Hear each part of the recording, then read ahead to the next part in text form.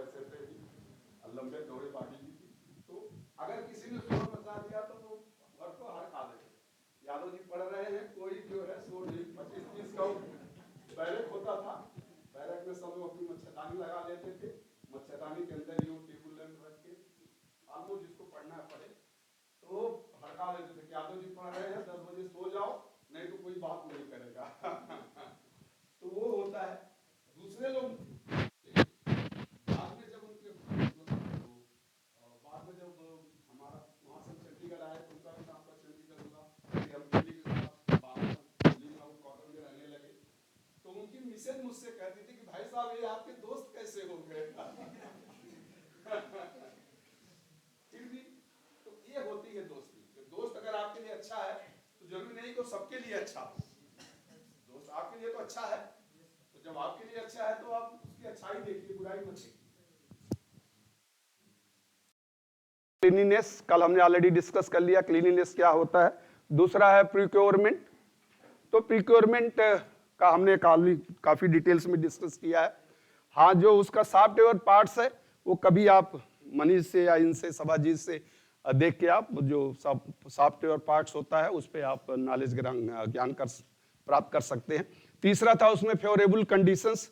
तो favourable conditions तो हम डिस्कस ही कर रहे हैं, ज़्यादा बताने की ज़रूरत नहीं है कि अगर आप सेफ्टी रखेंगे, डिसिप्लिन रखेंगे, क्लासरूम अरेंजमेंट प्रॉपर होगा तो लर्निंग के लिए जो कंडीशंस फेवरेबल हैं वो अपने आप प्रिवेल हो जाती हैं।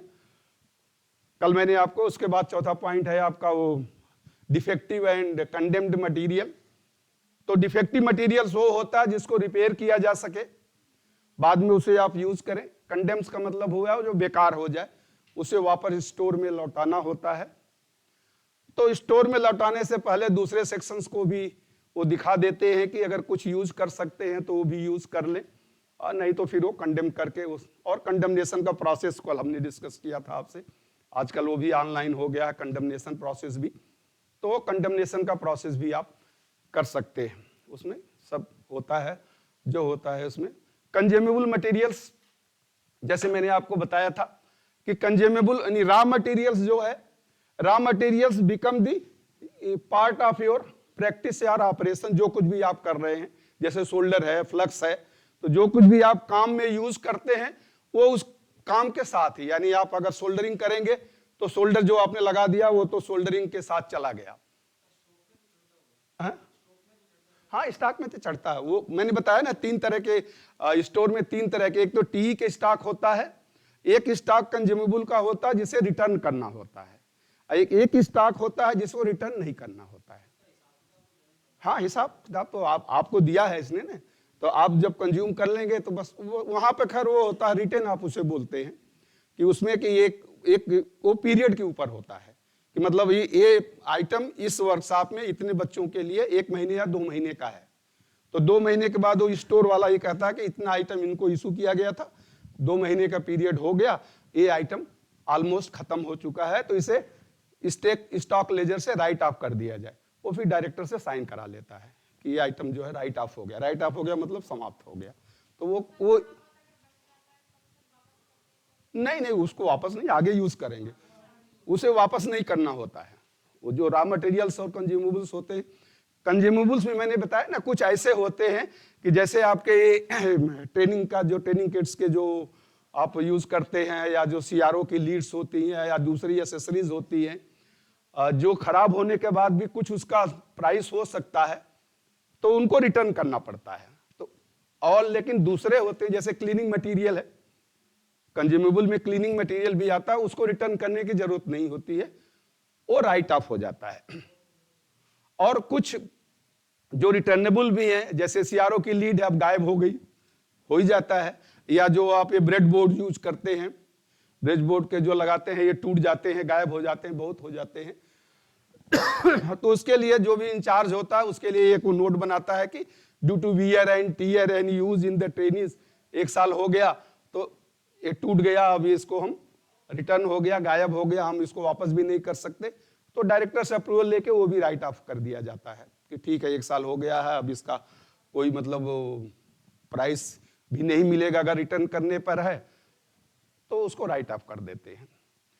तो ये कंज्यूमेबल्स के दो पार्ट्स होते हैं, एक तो रॉ मटेरियल होता है जो ऑलरेडी यूज हो जाता है, दूसरे कंज्यूमेबल्स ऐसे होते हैं कि जिन्हें रिटर्न करना पड़ता है, तीसरे कंज्यूमेबल्स हैं जिन्हें रिटर्न नहीं करना है, और उसमें एक क्लीनिंग मटेरियल्स भी आता है, एक कंज्यूमेबल्स है।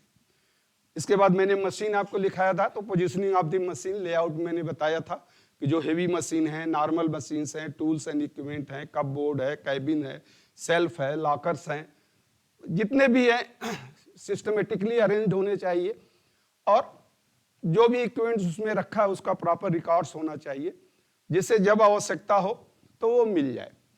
तो ये इसे हम कहते हैं, ये मशीन है, हेवी मशीन है कुछ, तो अगर फाउंडेशन चाहिए तो उस पर फाउंडेशन पर होना चाहिए। तो हम आगे आएंगे सेफ्टी पार्ट्स में, देखेंगे उसमें हेवी मशीन्स कैसे यूज करते हैं। तो रिपेयर का जो मशीन का होता है, नॉर्मल जो रिपेयरिंग होता है, एक्सपर्ट्स को बुलाना होता है, जब भी जैसे बुलाना होता है तो बुला के आप कोई भी मशीन मतलब आइडिल न रहे, या अगर खराब हो गई है तो उससे तो या तो रिपेयर कराएं या फिर उसे डिस्कार्ड कर दें, उसके जगह नई मशीन खरीदें। तो ऐसा ना हो कि वो ऐसे ही उसमें पड़ी रहे। तो ये कल का मैं जो पोर्शन नहीं हुआ था उसको, अब अगर एक अच्छा वर्कशॉप मैनेज कर लिया गया है तो उसकी क्वालिटी क्या होना चाहिए, quality of a workshop, quality of well organised workshop.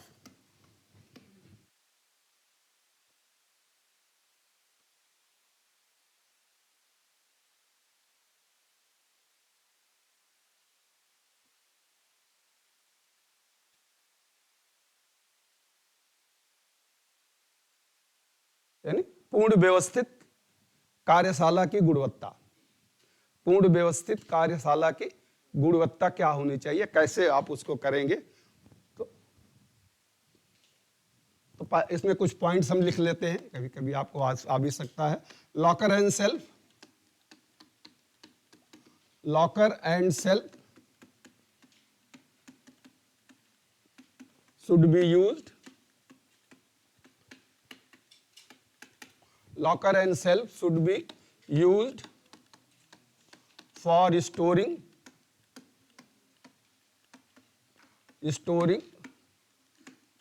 tools, equipment, ये शॉर्ट फॉर्म मैंने लिख दिया, UQPT, equipment and raw material.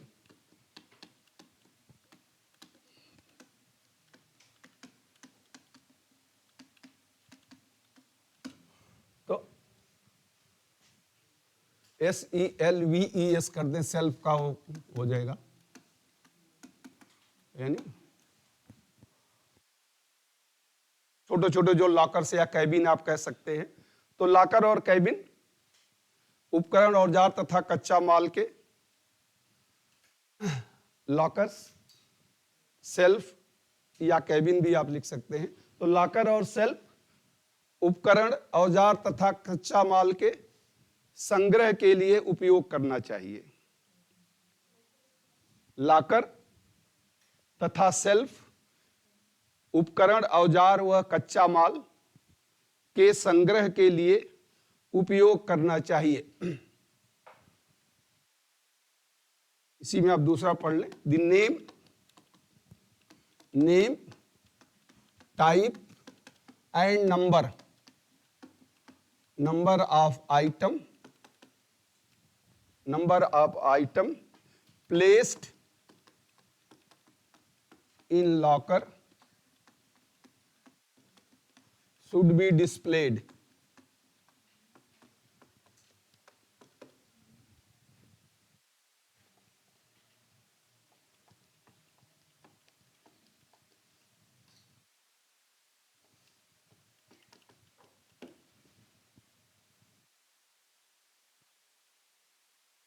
The name, type and number of items, name, type and number of items, yes कर दें, number of items placed in locker should be displayed, यानी जो भी locker में आप रखा है, तो लॉकर में रखे गए सामान का नाम, लॉकर में रखे गए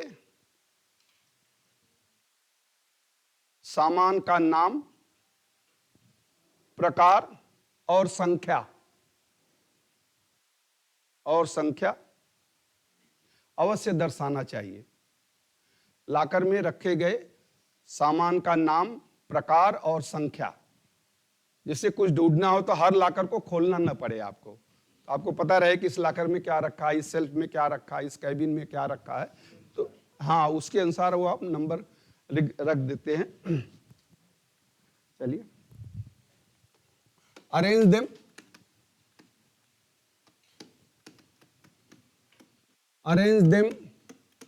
in sequence of their use. Arrange them in sequence of their use. जो भी आप लॉकर में रखें तो इस सीक्वेंस में रखें कि कब को पहले जो यूज होगा वो आगे रहे, जो बाद में यूज होगा वो पीछे रहे। तो arrange them in sequence, arrange them, ओहो कुछ न कुछ छूट ही जाता है। Arrange them in sequence of their use, यानी उपयोग के क्रम में उन्हें व्यवस्थित करें। उपयोग के क्रम में उन्हें व्यवस्थित करें।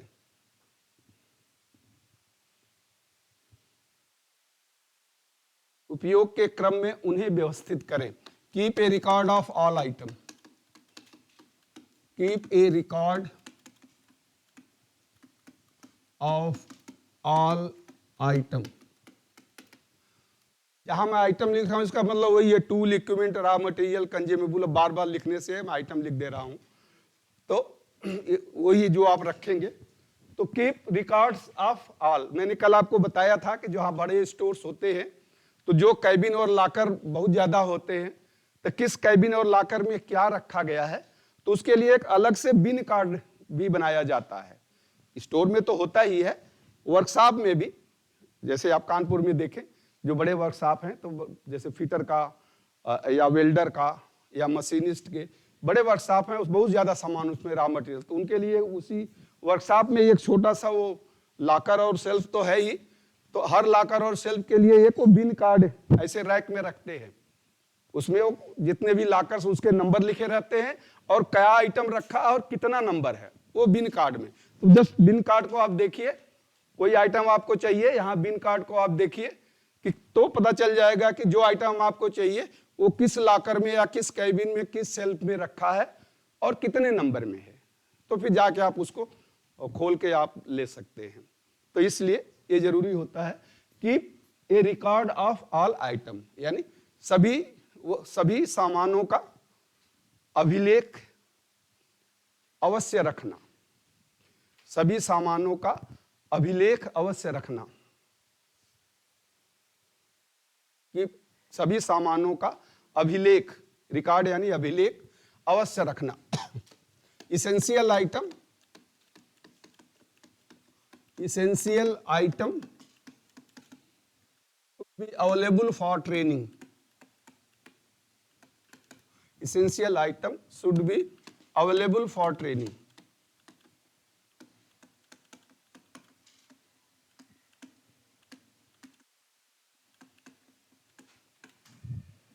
Essential item should be available for training, यानी आवश्यक सामान प्रशिक्षण के लिए, आवश्यक सामान प्रशिक्षण के लिए उपलब्ध हो। आवश्यक सामान प्रशिक्षण के लिए उपलब्ध हो। Shortage of tool, shortage of tool should be reported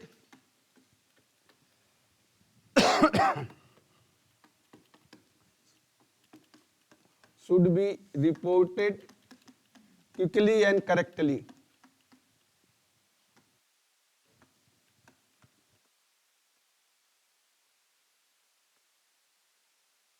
Shortage of tool should be reported quickly and correctly.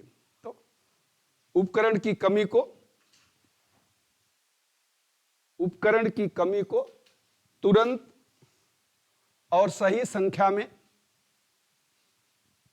उपकरण की कमी को तुरंत और सही संख्या में बताना चाहिए। उपकरण की कमी को तुरंत और सही संख्या में बताना चाहिए। उपकरण की कमी को तुरंत और सही संख्या में बताना चाहिए। चलिए अगला पॉइंट आप लिख लें। Ensure trainees use correct tool. Ensure trainees use correct tool correctly. Ensure trainees use correct tool correctly, यानी विद्यार्थी उचित औजार उचित प्रकार उपयोग करे। विद्यार्थी उचित औजार उचित प्रकार से उपयोग करे। विद्यार्थी उचित औजार उचित प्रकार से उपयोग करे।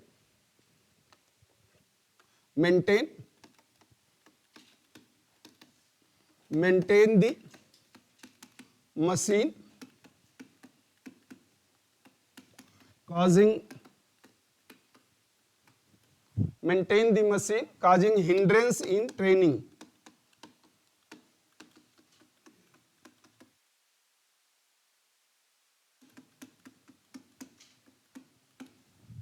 अगर कोई मशीन खराब है तो प्रशिक्षण में तो बाधा आती ही है उससे। तो maintain the machine causing hindrance in the training, यानी प्रशिक्षण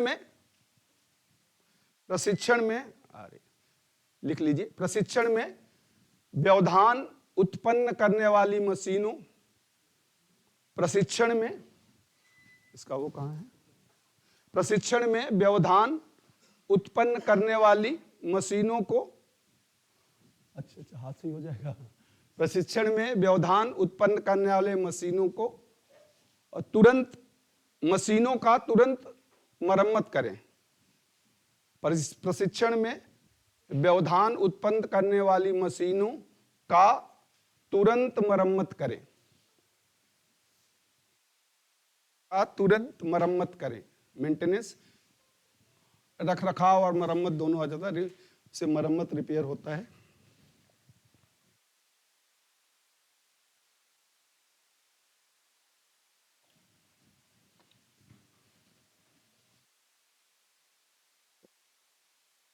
तुरंत मरम्मत करें। मेंटेन, अगला पॉइंट आप लिख लें, मेंटेन हाउसकीपिंग। इसके आगे हम आएंगे housekeeping. Maintain housekeeping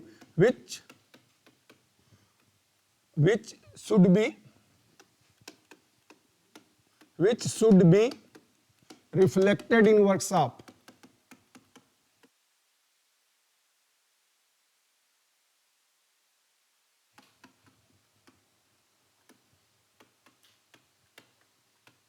Maintain housekeeping which should be reflected in workshop।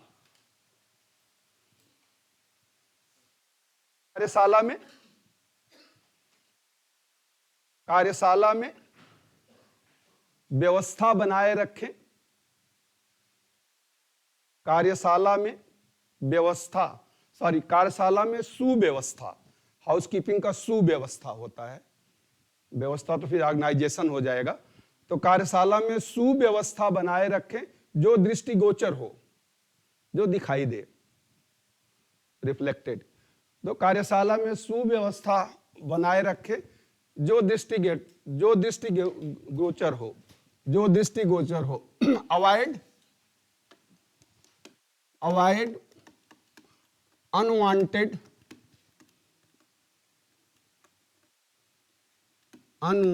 ये W है, unwanted activities of trainees,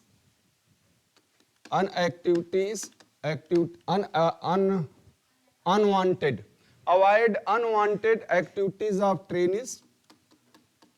trainees on any machine in workshop।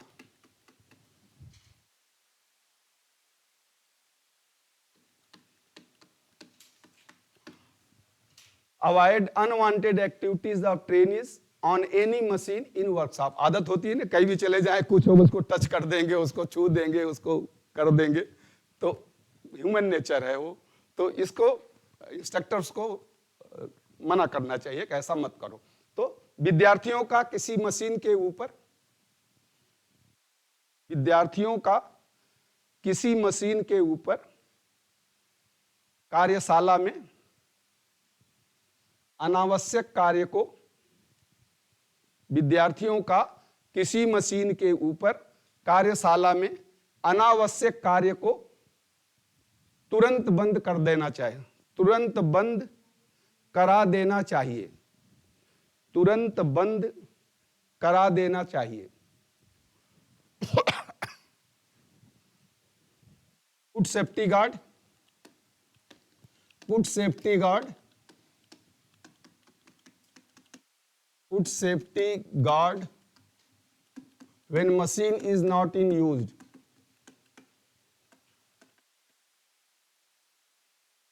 Put safety guard when machine is not in use.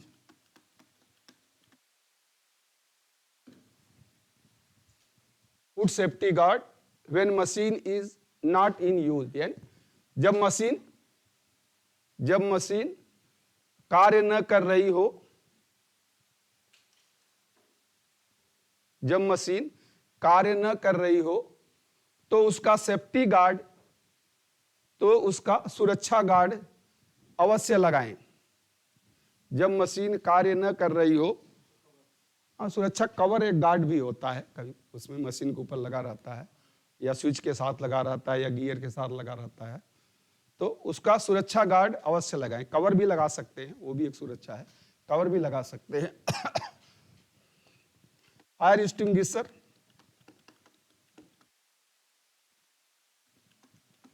Fire extinguisher and first aid box, and first aid box, FAB मैं लिख देता हूं, बहुत बार आप लिख चुके हैं। Fire extinguisher and first aid box should be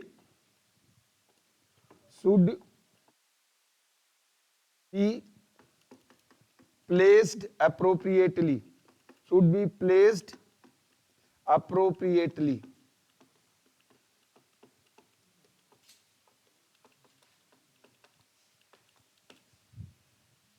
Fire extinguisher and first aid box, FAB, first aid box should be placed appropriately, should be placed appropriately. ठीक है, तो अग्निशामक यंत्र और प्रथम उपचार पेटी, अग्निशामक यंत्र और प्रथम उपचार पेटी, अग्निशामक यंत्र और प्रथम उपचार पेटी उचित स्थान पर रखी हूं। हाँ जी,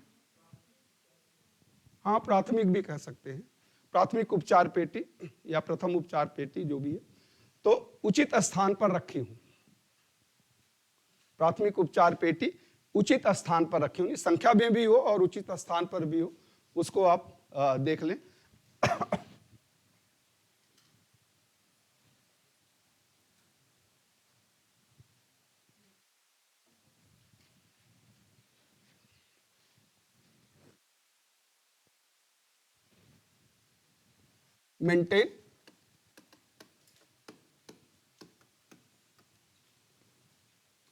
maintain peaceful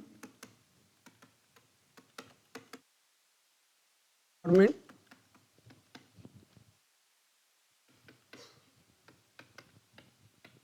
in workshop.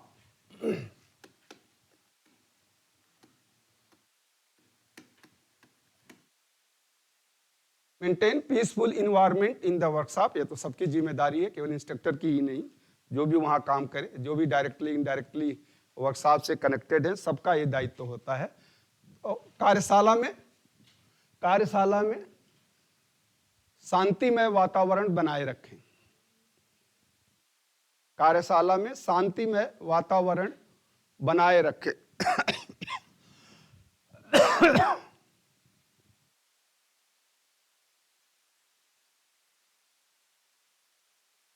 Instructor should prepare, instructor should prepare his lesson plan and demonstration plan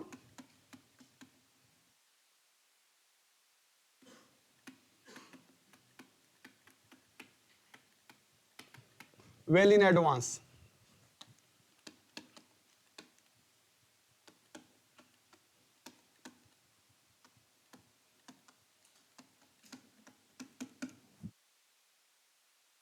Instructor should prepare his lesson plan and demonstration plan well in advance. यानी अनुदेशक अपना अनुदेशक पाठ योजना अपना मत लिखिए, अनुदेशक पाठ योजना और प्रदर्शन योजना को पहले से ही बना ले। अनुदेशक पाठ योजना और प्रदर्शन योजना को पहले से ही बना दे। ये तो थियरी प्रैक्टिकल दोनों के लिए है। इसी में आप एक पॉइंट अगला भी लिख लें, transfer knowledge and skill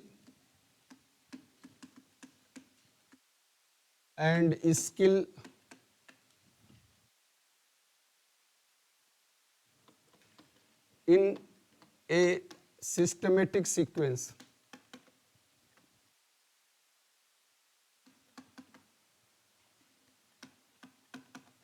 Transfer knowledge and skill in a systematic sequence.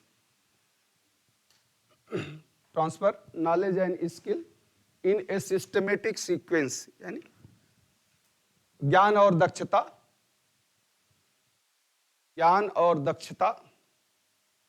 क्रमबद्ध तरीके से,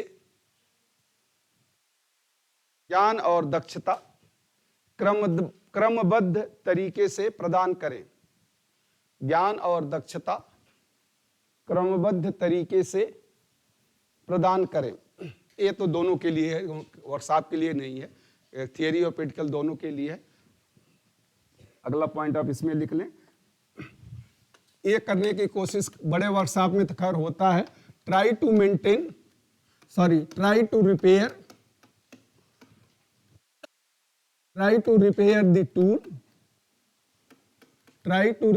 the tools with the help of trainees.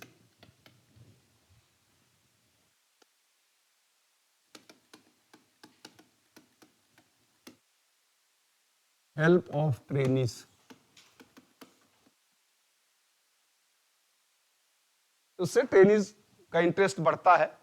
ये जरूर कोशिश करें आप जहां भी है। यानी विद्यार्थियों की सहायता से उपकरण की मरम्मत, विद्यार्थियों की सहायता से उपकरण को मरम्मत करने की कोशिश करें। विद्यार्थियों की सहायता से उपकरण को मरम्मत करने की कोशिश करें। हाँ, उपकरण और औजार दोनों आ जाएंगे लेकिन ये टूल्स है जो खराब है उसको आप रिपेयर करेंगे विद्यार्थियों की सहायता से, चाहे वो उपकरण हो, औजार हो, कोई मशीन हो, तो सब उसमें आ जाएंगे। इसलिए मैं बार बार वो नहीं लिख रहा हूँ, टूल्स मैंने लिख दिया। तो टूल्स का मतलब सब आ जाए उसमें, सभी आ गए उसमें ना, जितने थे सब उसमें आ गए। Carry out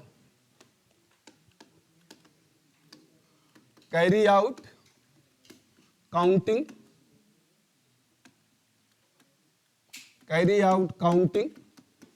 and checking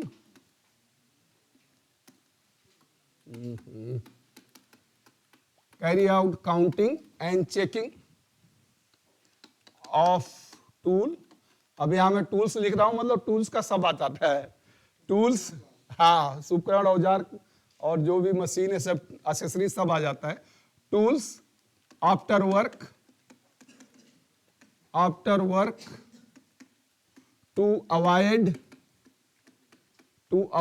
its it, इससे पहले अपॉस्ट्रोफी हो जाएगा, to avoid its missing and ensuring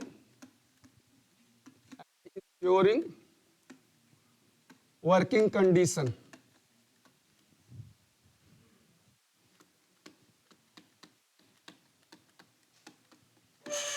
and ensuring working condition. बड़े बड़े वर्कशॉप में या अगर आप इंडस्ट्री में आप जाएंगे, अप्रेंटिस किसी ने किया है? अप्रेंटिस वाला कोई है जो अप्रेंटिस करके है? हाँ, तो अप्रेंटिस में तो आपको पता ही होगा। अप्रेंटिस में पता नहीं आपके इंडस्ट्री में था कि नहीं, जब आप रिपेयर के लिए जाते हैं तो आपको जो सामान लेना होता है वो एक कैब रूम या क्रिप टूल्स रूम बोलते हैं, यानी एक स्टोर रूम होता है। एक तो मेन स्टोर रूम होता है, एक छोटा स्टोर रूम वहीं पर होता है। वहां से आपको सामान लेना होता है। तो जैसे आपने 5, 7, 6, 7 सामान लिए तो वो एक पेपर पर लिखते हैं 1, 2, 3, 4, 5, 6, 7, 8, 9, 10 सामान आपने लिया। सामान आपको देखेंगे उस पेपर पर आपसे साइन लेके और उसमें रख देंगे। एक उनके ऐसे पॉकेट्स होते हैं, सेल्फ होते हैं, पॉकेट एक सेल्फ में रख देंगे और जब आप वापस करने आओगे तो वही चिट निकालते हैं और फिर चेक करके उसको रख देते हैं। पता नहीं आप जहां किए थे अप्रेंटिस, हाँ, रजिस्टर में यूज करके वहां साइन करा लेते हूँ, वो भी है, ठीक है। तो उससे 2 फायदे होते हैं। एक तो टूल्स का मिसिंग नहीं होता है, मिसिंग होता है तो पता चल जाता है, जिससे ये नहीं हो कि कहीं मशीन पर आप काम करने गए, जैसे एयरफोर्स में है, एयरफोर्स में हम काम करते हैं तो वहां भी ये यूज किया जाता है। टेक्नीशियंस को जो भी टूल दिया जाता है वो प्रॉपर काउंटिंग करके वापस दिया जाता है। वहां इसलिए इंश्योर किया जाता है कि जो आप काम करने 15 या 20 टूल्स लेके गए हैं, पूरे 4-5 लोगों का एक ग्रुप साथ में होता है, एक लीडर होता है, तो पता चला कि आप कहीं अंदर काम कर रहे हैं, एक स्क्रू ड्राइवर उसी में छूट गया। छोटे छोटे मेजरिंग टूल्स छोटे होते हैं, इतने बड़े बड़े स्क्रू ड्राइवर होते हैं। अब कहीं स्क्रू ड्राइवर या कोई एलन की अंदर ही छूट गया तो पता चला कि जब जहाज उड़ रहा तो अंदर कहीं जाके स्टक कर जाएगा और उससे डैमेज होगा या क्रैश भी हो सकता है। तो इसलिए वो सुरक्षा के लिए भी जरूरी है कि उसकी काउंटिंग हो। तो यहाँ भी वर्कशॉप में यही है, carry out the counting and checking of the tools after work to avoid its missing, यानी वो मिस न हो, एंड इंश्योर वर्किंग कंडीशन। तो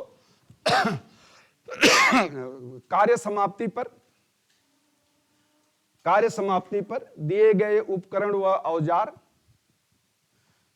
कार्य समाप्ति पर दिए गए उपकरण व औजार को गिनना और उसका अवलोकन करना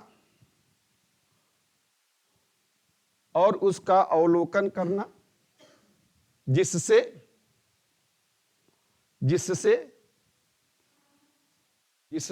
उसकी उपस्थिति और कार्य करने की दशा का, जिससे उसकी उपस्थिति और कार्य करने की दशा का पता चल जाता है।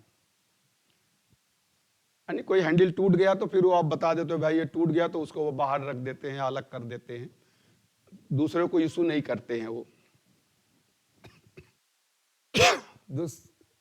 जो भी है उसका वो पता चल जाता है।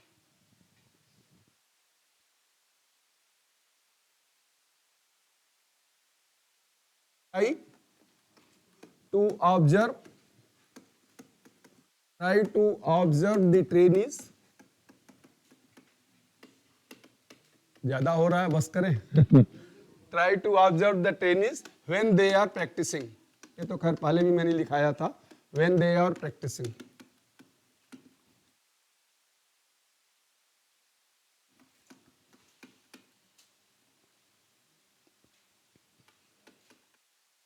Try to observe the trainees when they are practicing। विद्यार्थी जब अभ्यास कर रहा हो तो उसका अवलोकन करना। विद्यार्थी जब अभ्यास कर रहा हो तो उसका अवलोकन करना। चलिए 1-2 पॉइंट और लिख लें, बस खत्म करते हैं। इंस्ट्रक्टर, अगला point, instructor should present himself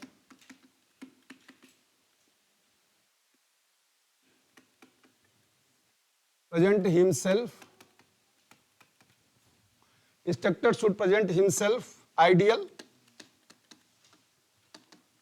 to be imitated। पहले चैप्टर में हमने रिस्पॉन्सिबिलिटी ऑफ इंस्ट्रक्टर्स में लिखाया है, फिर भी यहाँ भी जरूरी है। Instructor should present himself ideal, ideal नहीं आइडियल, तो आइडियल टू बी इमिटेटेड। तो हो गया। तो विद्यार्थी अनुदेशक विद्यार्थियों के लिए एक आदर्श प्रस्तुत करे। अनुदेशक विद्यार्थियों के लिए एक आदर्श प्रस्तुत करे जिसका वह अनुसरण करे। जैसा आप काम करोगे वैसा विद्यार्थी करेगा। तो अनुदेशक विद्यार्थियों के लिए एक आदर्श प्रस्तुत करे जिसका वह अनुसरण करे, जिसका वह अनुसरण करे। चलिए लास्ट पॉइंट करें। Try to maintain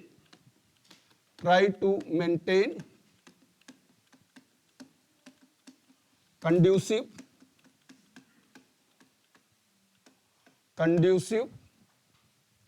training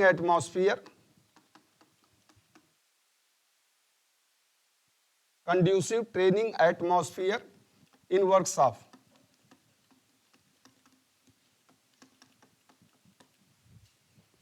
Try to maintain conducive training atmosphere in workshop.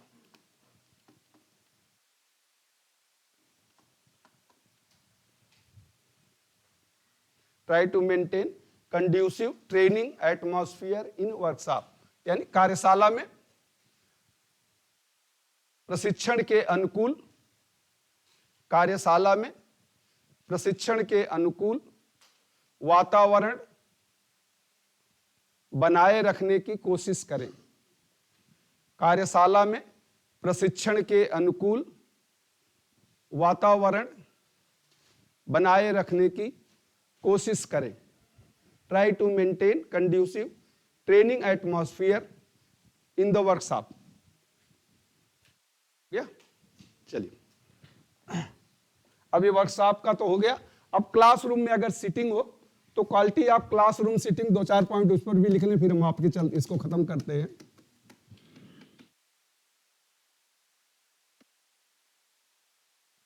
कैसा होना चाहिए क्लासरूम में सीटिंग? होना चाहिए गद्देदार पे तो फिर नींद आ जाती है भाई। इसलिए कहीं बैठने के लिए गद्दार, कहीं भी बड़े बड़े आप देखिए जो टीचिंग इंस्टीट्यूट है, कहीं पर भी गद्दा आपको नहीं मिलेगा। नींद तो इस पे भी आ जाती है, जब मन नहीं लगेगा तो नींद तो यहां भी आ जाएगी। तो सीटिंग अरेंजमेंट कैसा होना चाहिए? तो सीटिंग अरेंजमेंट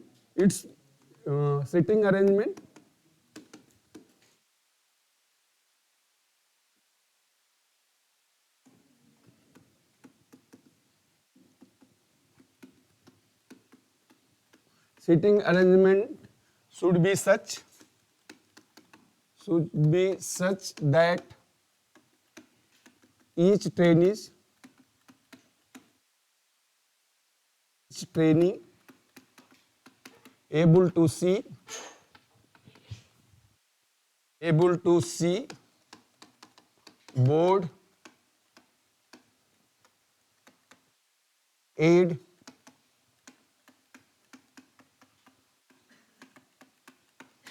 projector,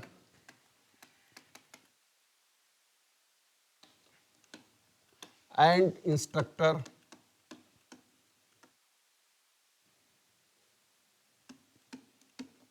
properly. पहला तो है कि seating arrangement should be such that each trainee able to see board, teaching aid, comma कर दे, teaching aid, projector and instructor properly. कक्षा में बैठने की इस प्रकार व्यवस्था हो, कक्षा में बैठने की इस प्रकार व्यवस्था हो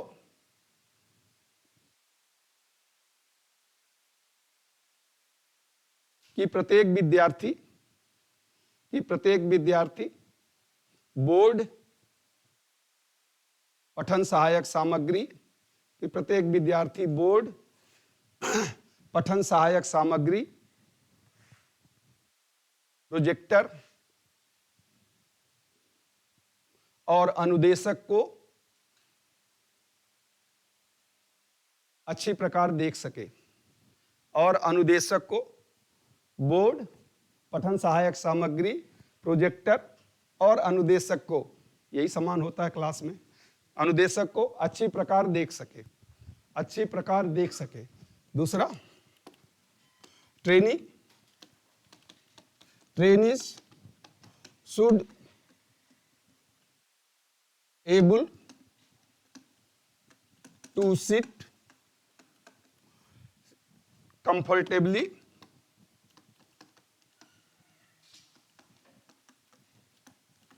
and write properly.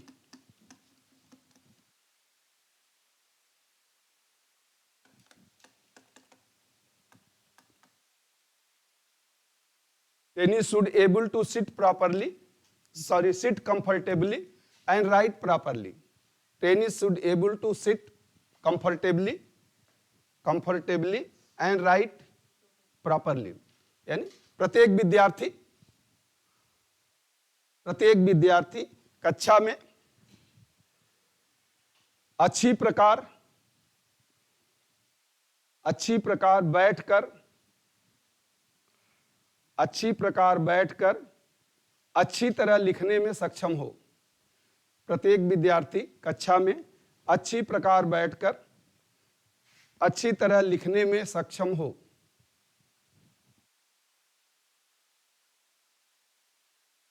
हो गया। अगला पॉइंट आप लिख लें, availability of light and ventilation, ये तो हर जगह आएगा। Availability of light and ventilation, ventilation मतलब natural air. Availability of light and ventilation, प्रकाश और स्वाभाविक हवा की व्यवस्था। तेज हो रहा है कोई बात नहीं, चलो आप लिख लो, मैं स्लो हो जाता हूं। Availability of light and ventilation, कक्षा में प्रकाश और स्वाभाविक हवा की व्यवस्था, यानी वेंटिलेटर्स और विंडोज प्रॉपर संख्या में प्रॉपर जगह पर हूं, तो कक्षा में प्रकाश और स्वाभाविक हवा की व्यवस्था। Bulb and tubelight, bulb and tubelight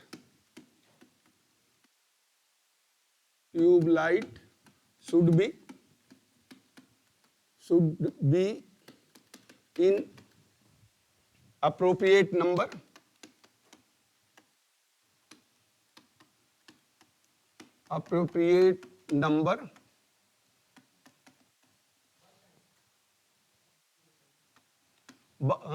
BULB, sorry, bulb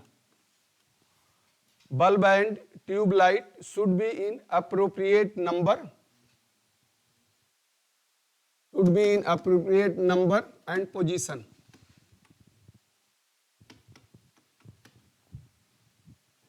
Bulb and tube light should be in appropriate number and position, यानी बल्ब और ट्यूब लाइट उचित संख्या में और उचित जगह पर हों। बल्ब और ट्यूब लाइट उचित संख्या में और उचित जगह पर हों। बल्ब और ट्यूब लाइट उचित संख्या में उचित जगह हों।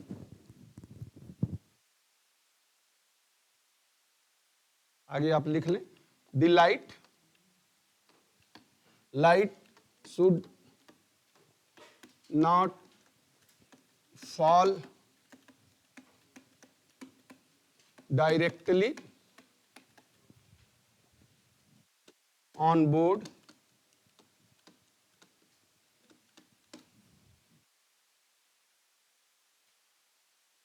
light should not fall directly on board, यानी प्रकाश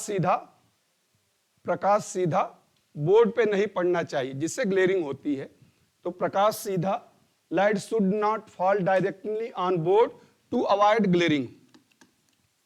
क्लियर कर दे इसे, to avoid glaring.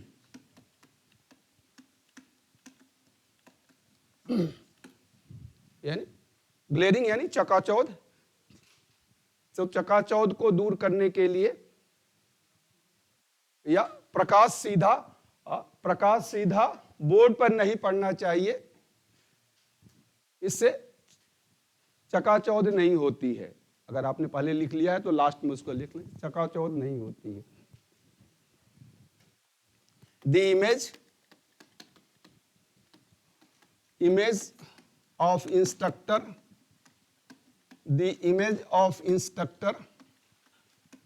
formed due to the light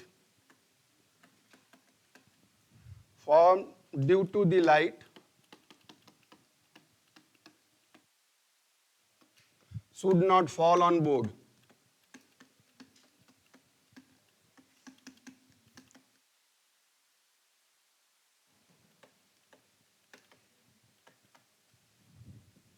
The image of instructor formed, F-O-R-M-D, formed due to light should not fall on board. तो प्रकाश के कारण जो अनुदेशक का प्रतिबिंब बनता है, प्रकाश के कारण जो अनुदेशक का प्रतिबिंब बनता है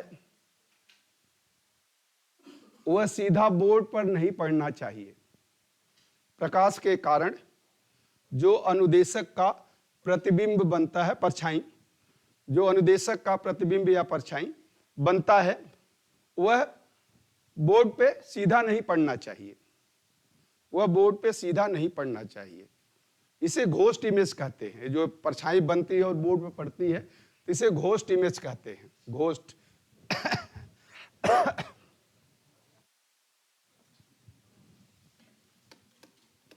Light should not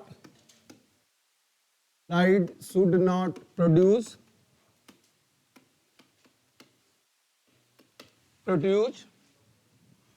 glaring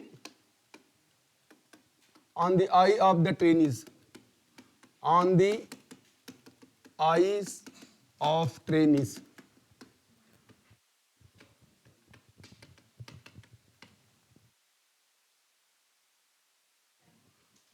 The light should not produce, DUCE. Light should not produce glaring on the eyes of training, यानी विद्यार्थियों की आंखों पर प्रकाश के द्वारा, विद्यार्थियों की आंखों पर प्रकाश के द्वारा चकाचौंध उत्पन्न न हो, विद्यार्थियों की आंखों पर प्रकाश के द्वारा चकाचौंध उत्पन्न न हो।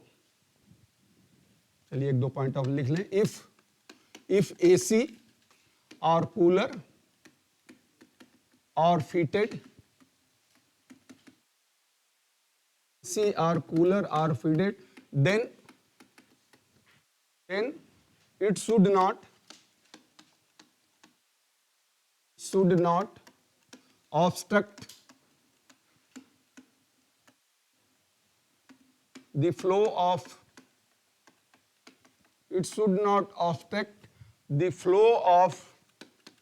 natural light, natural air।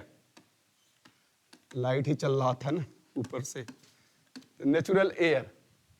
If AC और कूलर और फिटेड के बाद कामा कर दें, fitted, then it should not obstruct the flow of natural light. यदि AC और कूलर कक्षा में लगे हों, यदि AC या कूलर कक्षा में लगे हों, यदि AC और कूलर कक्षा में लगे हों तो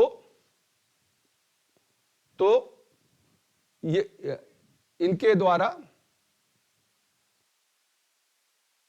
द्वारा स्वाभाविक हवा के प्रवाह को, तो इनके द्वारा स्वाभाविक हवा के प्रवाह को, तो इनके द्वारा स्वाभाविक हवा के प्रवाह को बाधित नहीं करना चाहिए। बाधित, डिस्टर्ब, बाधा पहुंचाना, बाधित नहीं करना चाहिए। वो होता है ना ऑब्स्ट्रक्ट जो लिखा है, बाधित नहीं करना चाहिए, बाधित नहीं करना चाहिए, तो उसको ऑब्स्ट्रक्ट न करें। चलें लास्ट पॉइंट लिख लें, the projector, last point the projector बहुत पॉइंट हो सकते हैं बट मेन पॉइंट जो है वो मैं लिखा देता हूं। Projector should be fitted, should be fitted, projector should be fitted at convenient place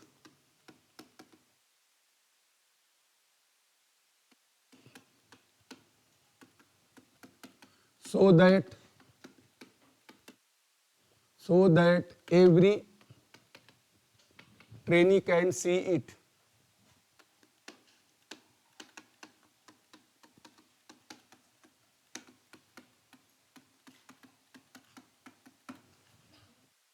so that every trainee can see it। जब डिस्क्रिप्टिव टाइप आते थे पहले क्वेश्चन तो इससे बहुत 1 2 3 4 क्वेश्चन जरूर आता था। खैर अब तो ऑब्जेक्टिव में कहीं एक आध आ जाता है या नहीं आता है, अलग बात है। The projector should be fitted at convenient place so that every trainee can see it. The projector कक्षा में, प्रोजेक्टर कक्षा में उपयुक्त जगह पर, प्रोजेक्टर कक्षा में उपयुक्त जगह पर लगा होना चाहिए, प्रोजेक्टर कक्षा में उपयुक्त जगह पर लगा होना चाहिए जिससे सभी विद्यार्थी आसानी से देख सकें, जिससे सभी विद्यार्थी आसानी से देख सकें। जैसे वो है, विंडो है, कर्टेन्स हैं, ये जैसे अलमीरा है, कैसे पोजीशन करना है, ये जो कर्टेन लगे हैं इनका क्या कलर होना चाहिए, क्या साइज होना चाहिए, ये सब क्लासरूम मैनेजमेंट में आता है। अब उतना डिटेल्स में हम नहीं जाएंगे। तो ये मेन है सीटिंग अरेंजमेंट। अब हम आते हैं मेन हमारा आज का हाउसकीपिंग। हाउसकीपिंग या गुड हाउसकीपिंग भी इसे कहते हैं। तो सुव्यवस्था, वर्कशॉप की जो सुव्यवस्था है उसे हम गुड हाउसकीपिंग कहते हैं। सुव्यवस्था या गुड हाउसकीपिंग। द इंपॉर्टेंट, इसमें 1 2 लाइन लिख लें फिर हम आगे चलते हैं। The important function of instructor,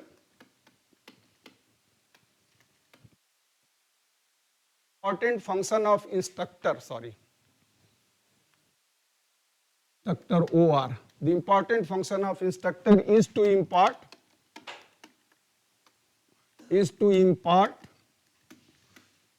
skill and knowledge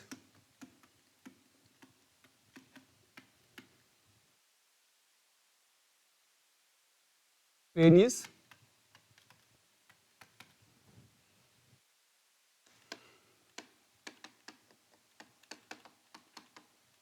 इसको आप लिख लें फिर एक साथ हिंदी में मैं बोल दूंगा इसको। Trainees, the learning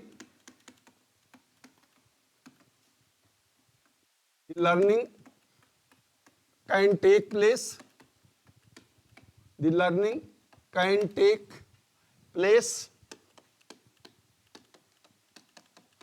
in any situation, the learning can take place in any situation but for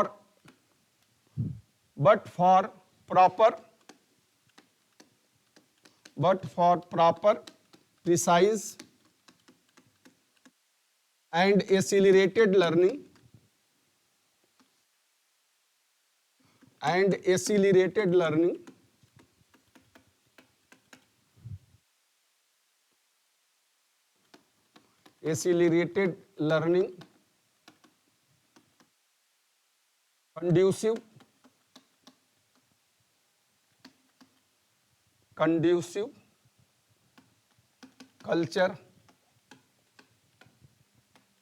conducive culture or environment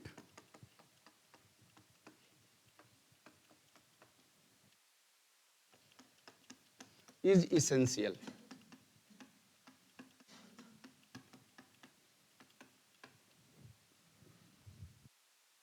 The important function of instructor is to impart skill and knowledge to the trainees. The learning can take place in any situation, but for proper, precise and accelerated learning, conducive culture or environment is essential. हो गया? इसको हिंदी में आप लिख लें। अनुदेशक का मुख्य कार्य, अनुदेशक का मुख्य कार्य, अनुदेशक का मुख्य कार्य विद्यार्थियों को ज्ञान और दक्षता प्रदान करना होता है। विद्यार्थियों को ज्ञान और दक्षता प्रदान करना होता है।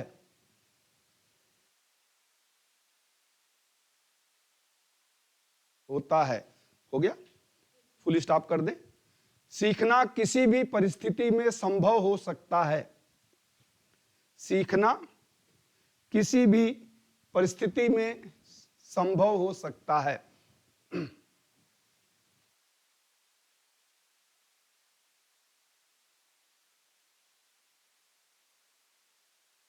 लेकिन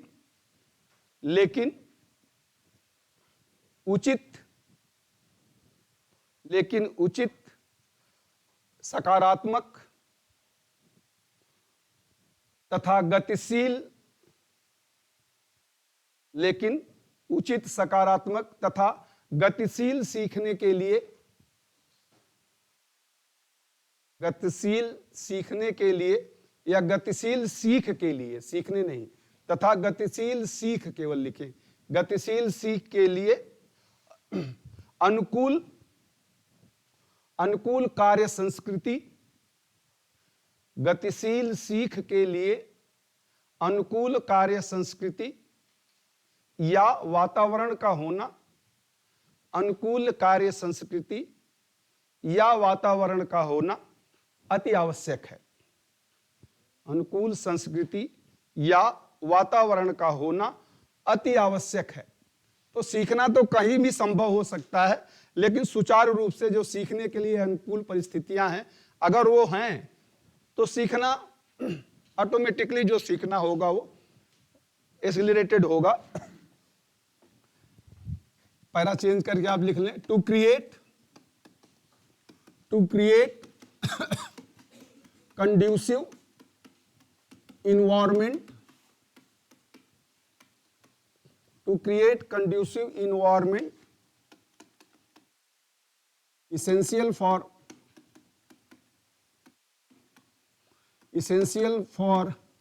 learning,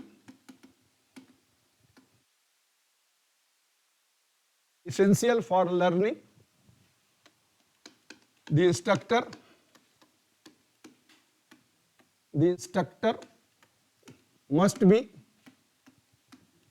instructor must be fully aware, instructor must be fully aware to the process of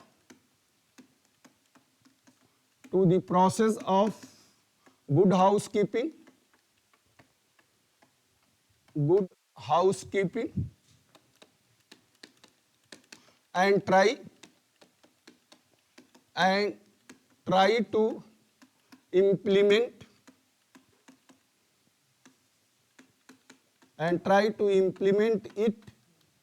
and try to implement it in his class and workshop.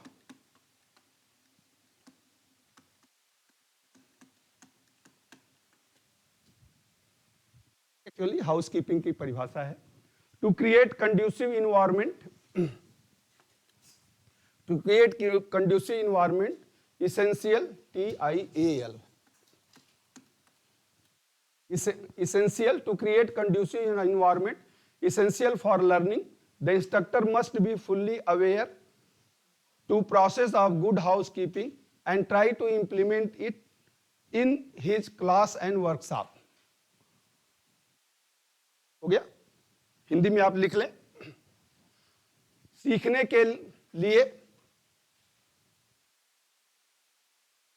के लिए जो वातावरण आवश्यक होता है, सीखने के लिए जो वातावरण आवश्यक होता है उसका ज्ञान शिक्षक को होना चाहिए, उसका ज्ञान शिक्षक को होना चाहिए तथा कक्षा और कार्यशाला में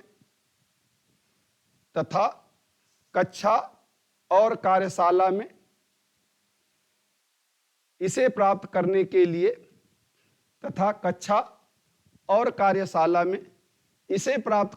लिए सुव्यवस्था की प्रक्रिया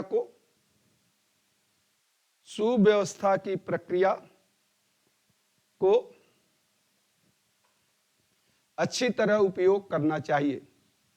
सुव्यवस्था की प्रक्रिया का अच्छी तरह उपयोग करना चाहिए। तो how good housekeeping is essential for creating the conducive atmosphere required for learning. तो मेन इसका यही है कि जो सीखने के लिए एक आवश्यक वातावरण चाहिए, उस वातावरण को आप गुड हाउस कीपिंग से बना सकते हैं। और जब एक गुड हाउस कीपिंग यानी एक अच्छा वातावरण बन जाता है तो automatically it will accelerate the pace of learning. The good housekeeping is the essential for creating the essential environment। तो इसी में आप एक लाइन आप इसमें ऐड कर लें, the good house keeping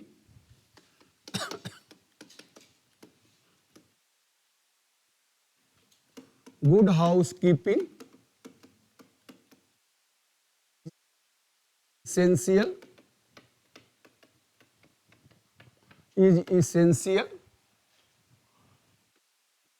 for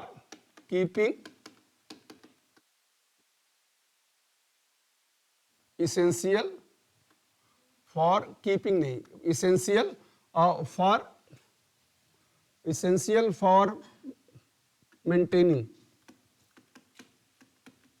essential for maintaining favorable environment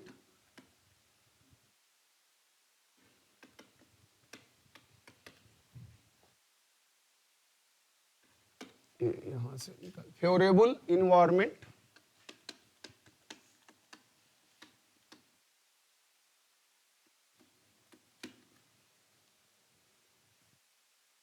बात यहां से हट जाता है। The good housekeeping is essential for maintaining favorable environment which accelerate the pace of learning, which accelerate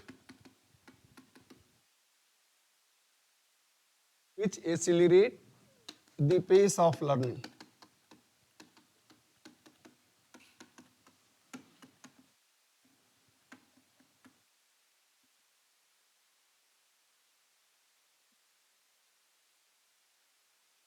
Good housekeeping is essential for maintaining favorable environment which accelerate the pace, PACE, L नहीं है ये C है, which accelerate the pace of learning। तो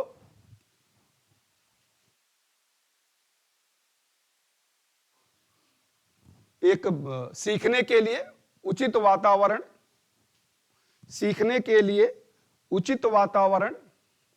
बनाए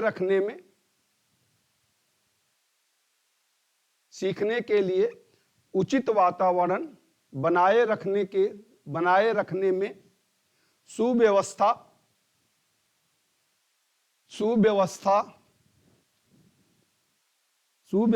अत्यंत महत्वपूर्ण होता है जिससे सीखने की गति बढ़ जाती है। अत्यंत महत्वपूर्ण होता है जिससे सीखने की गति बढ़ जाती है।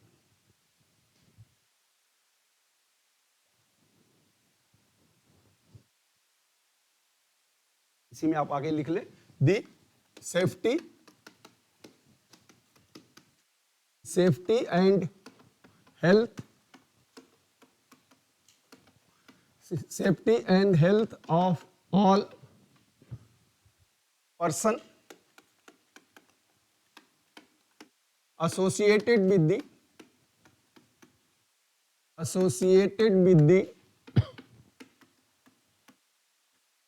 working of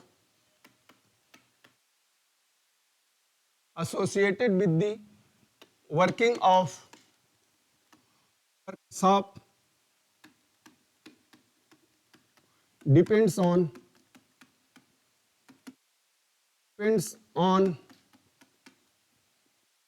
condition of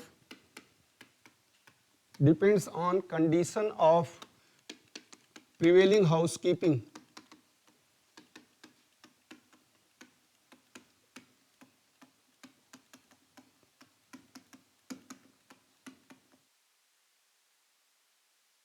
The safety and health of all person associated with the working of workshop depends on condition of prevailing housekeeping. ये भी जरूरी है कि सभी विद्यार्थियों को मतलब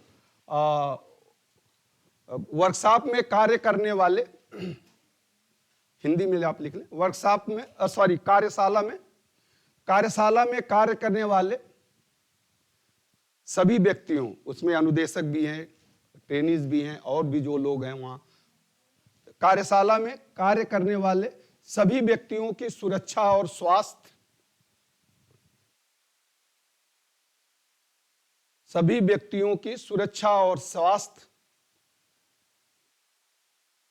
कार्यशाला की सभी व्यक्तियों की सुरक्षा और स्वास्थ्य, कार्यशाला की वर्तमान सुव्यवस्था की स्थिति पर, कार्यशाला की वर्तमान सुव्यवस्था की स्थिति पर निर्भर करता है। सुव्यवस्था की स्थिति पर निर्भर करता है। तो ये सुव्यवस्था में सब आ जाता है आपका, जो भी हम ऊपर वर्कशॉप का डिस्कस किए हैं, क्लास का डिस्कस किए हैं, क्लीनिंग का डिस्कस किए हैं, ये सब एक तरह से कहें तो सुव्यवस्था का ही पार्ट है, गुड हाउसकीपिंग का ही पार्ट होता है। इट इंक्लूड्स, यानी सुव्यवस्था में क्या क्या आता है, इट इंक्लूड्स, इसके अंतर्गत आता है, ऐसे सेमीकोलन डैश कर दें, इसके अंतर्गत आता है इसके अंतर्गत आता है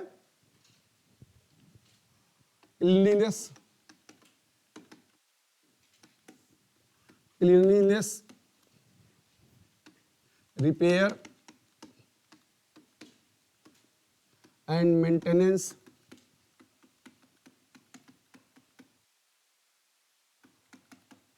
of floor,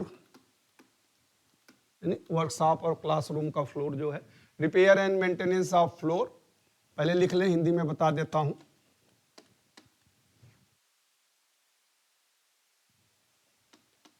proper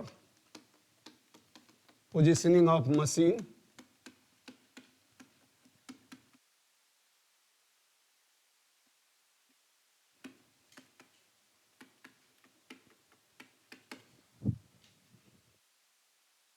fire extinguisher, ये तो हर जगह आएगा,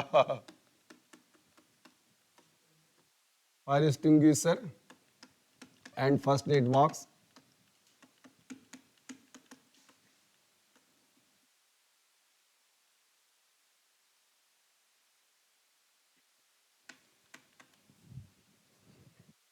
safety equipments,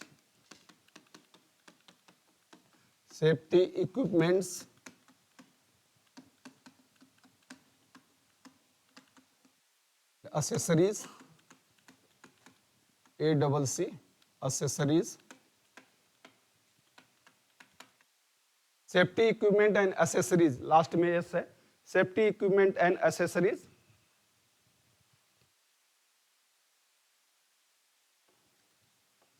color dynamics,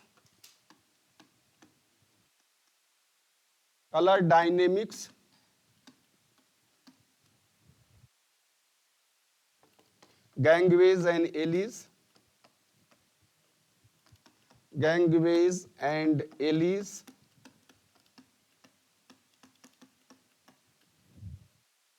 self discipline,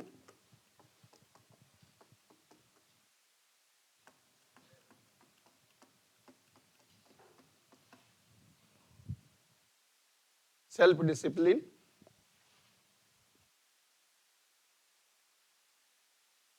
हो गया।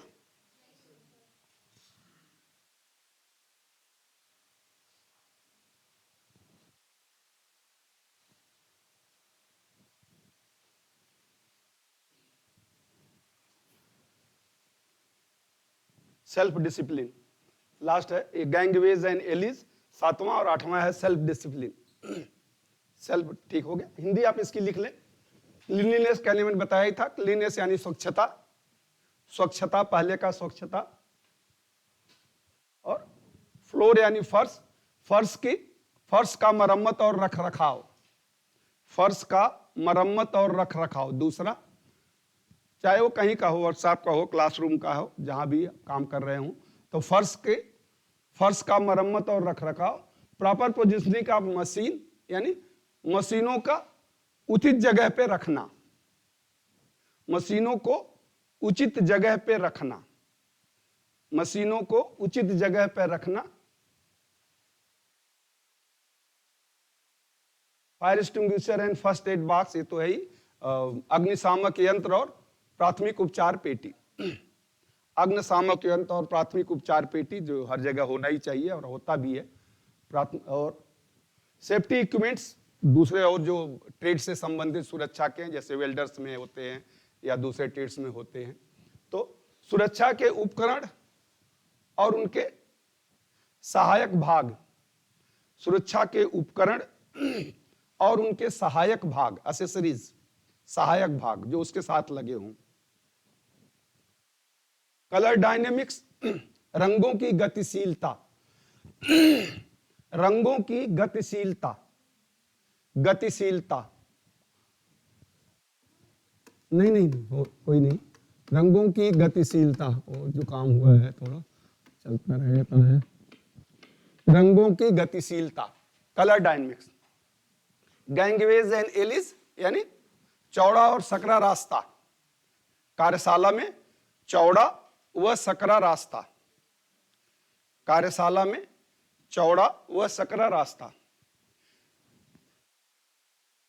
सेल्फ डिसिप्लिन, स्व अनुशासन, सेल्फ डिसिप्लिन, स्व अनुशासन।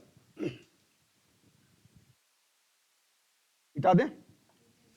आगे आप लिख लें स्टोरेज ऑफ, इसमें सब आ जाएगा। Storage of all accessories, all essential item मैं कर देता हूं। हाँ, इसी में आगे पॉइंट आप लिखते जाएं। इसेंशियल आइटम, इसेंशियल आइटम में आपका सब आ जाएगा। Tools, equipment, accessories, raw materials, consumable, सब आ गया। तो बार बार लिखने से storage of all essential item यानी आवश्यक सामानों का संग्रह, आवश्यक सामानों का संग्रह। अगला वही है defective and condemned item,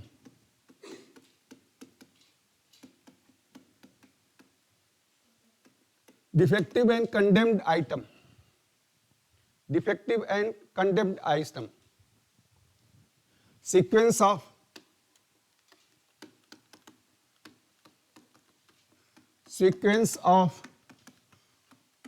placing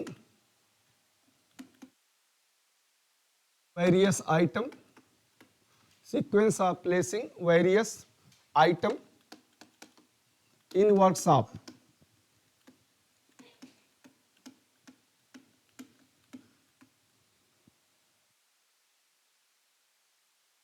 इसे आप कह सकते हैं layout of workshop, layout of workshop, layout of workshop, sequence of placing various item in the workshop.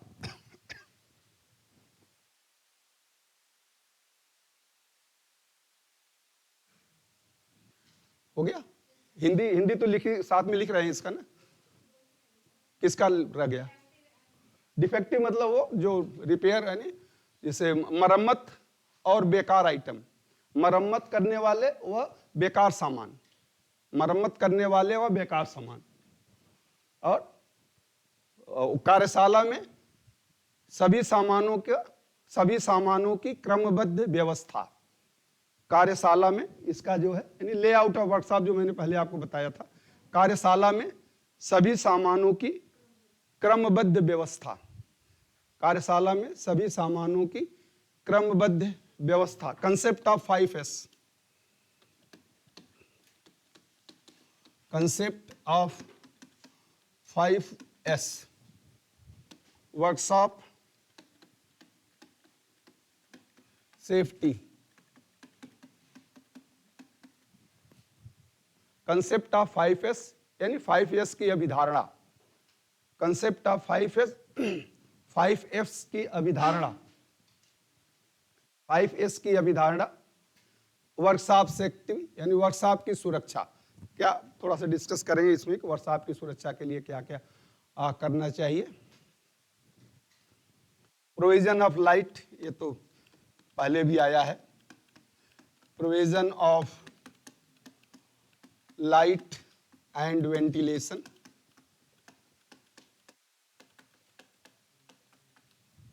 Provision of light and ventilation यानी प्रकाश और हवा की उचित व्यवस्था, प्रकाश और हवा की उचित व्यवस्था। फेवरेबल वर्किंग कंडीशन, ये भी पहले आया है उसमें, favourable working condition.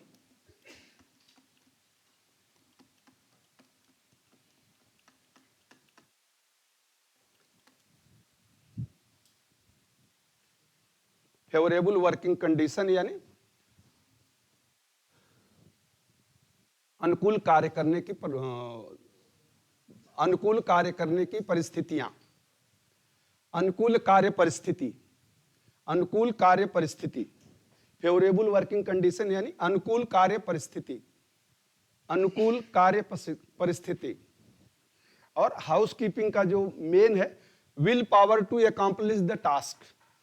Will power, last point इसका, मैं मिटा दूं इसको, चलिए अच्छा मिटाता नहीं हुआ। Will power to accomplish the task, will power to accomplish the task.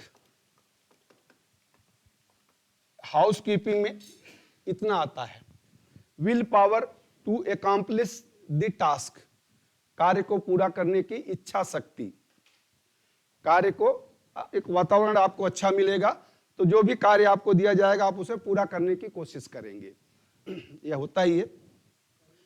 कार्य को पूरा करने की इच्छा शक्ति, विल पावर, कार्य को पूरा करने की इच्छा शक्ति।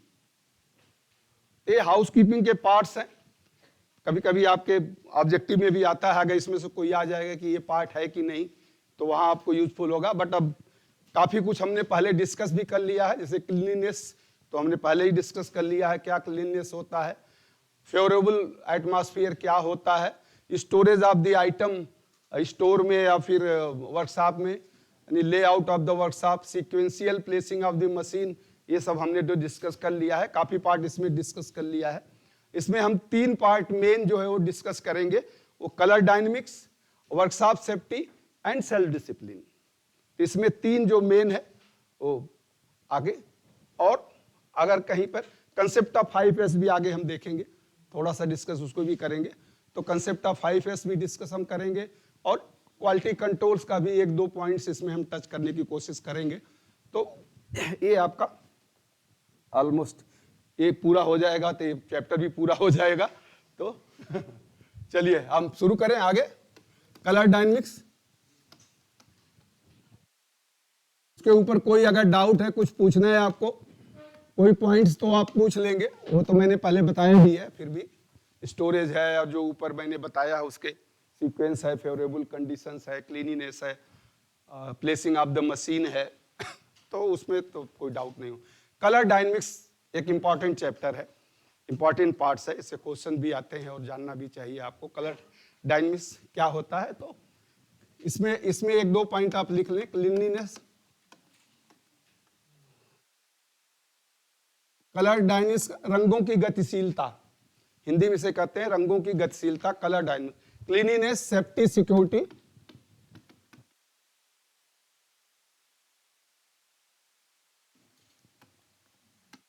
लाइट एंड वेंटिलेशन,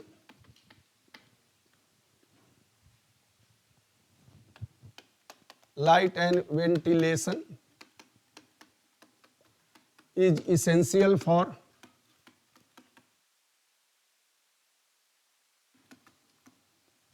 housekeeping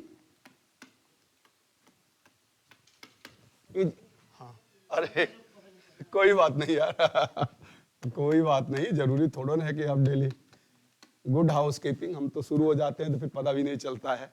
चलिए, this cleanliness, safety, security, light and ventilation is essential for good house keeping. आप लिख लें एक साथ, फिर मैं एक साथ ही बताता हूं। Similarly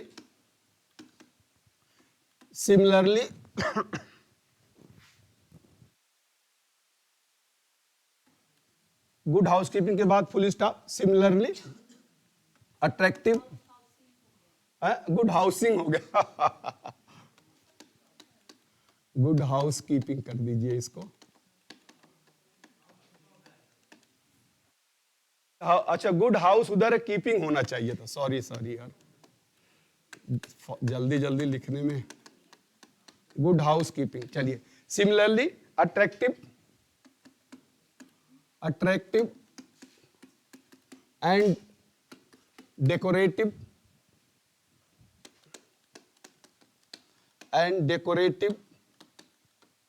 appearance of workplace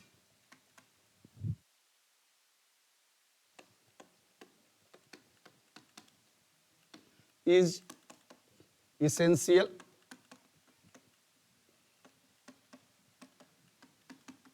for pleasant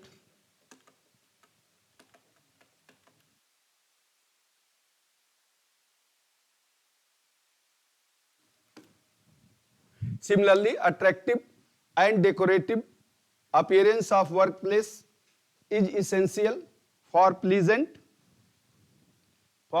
outlook. Hindi में आप लिख ले, सुव्यवस्था के लिए जिस प्रकार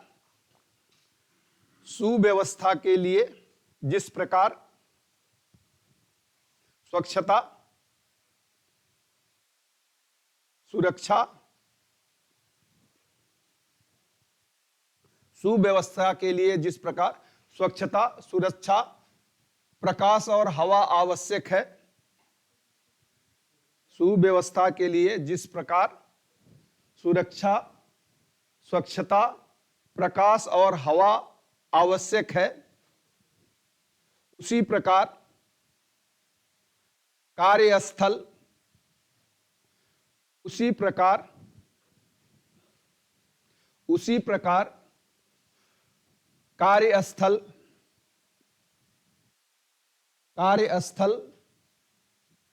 पर सुखद अनुभूति के लिए, उसी प्रकार कार्यस्थल पर सुखद अनुभूति के लिए,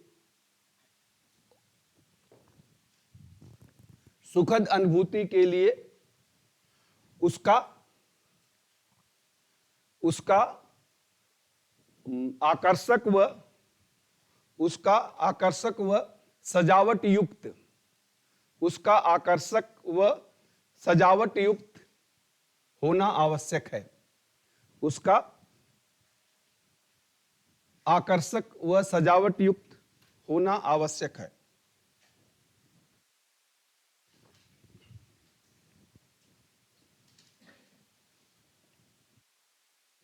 इसी में आप लिख ले, to make the workplace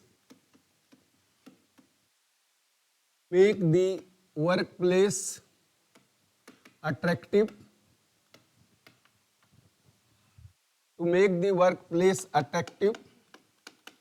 the machine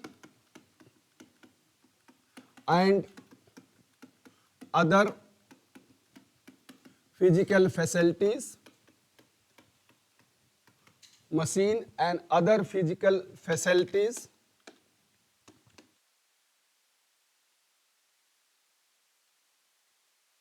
are painted with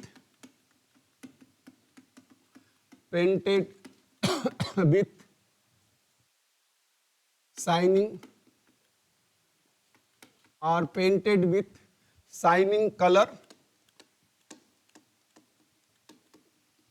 in a sequence.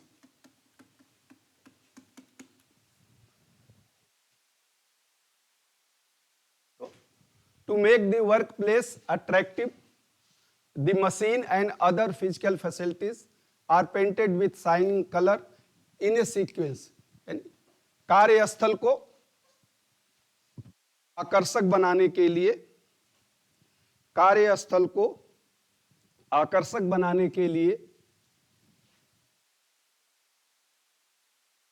Machine तथा कार्यस्थल को आकर्षक बनाने के लिए मशीन तथा अन्य भौतिक अवस्थाएं, मशीन तथा अन्य भौतिक सुविधाएं, मशीन तथा अन्य भौतिक सुविधाओं को,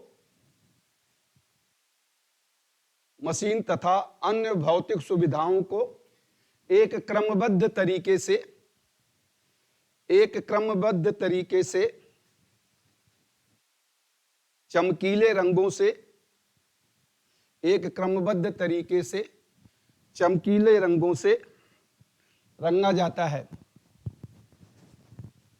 चमकीले रंगों से रंगा जाता है। ठीक है। It generate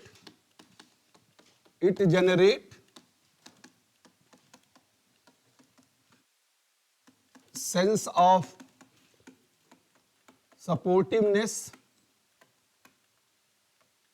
It generates sense of supportiveness in the institute.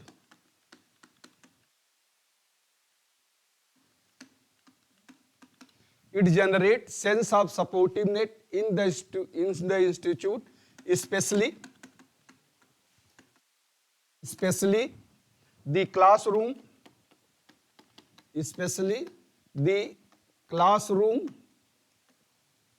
and workshop.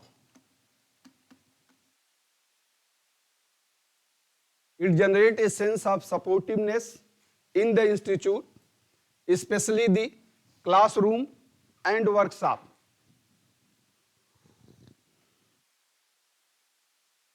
इससे संस्थान में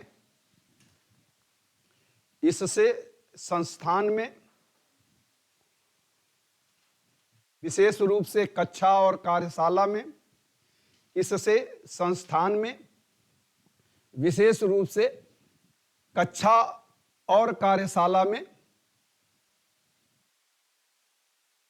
सहयोग की भावना का विकास होता है। इससे संस्थान में विशेष रूप से कक्षा और कार्यशाला में सहयोग की भावना का विकास होता है।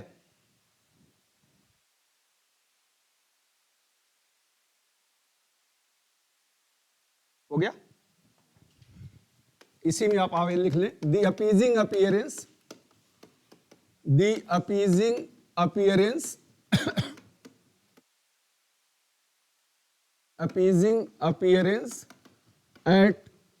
at all places of institute. Appearing appearance at all places of institute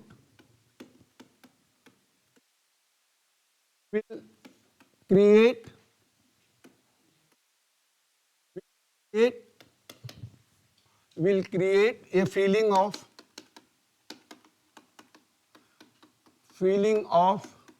punctuality,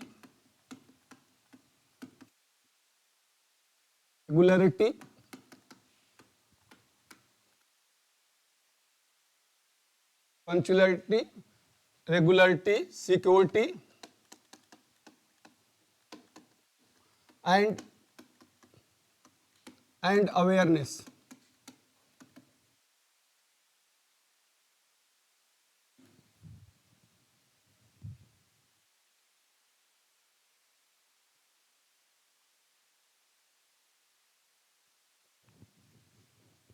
The appeasing appearance at all places of institute will create a feeling of punctuality, comma कर दे, punctuality, regularity, security and awareness. हो गया? हिंदी में आप लिख लें इसका. दे संस्थान के सभी स्थानों पर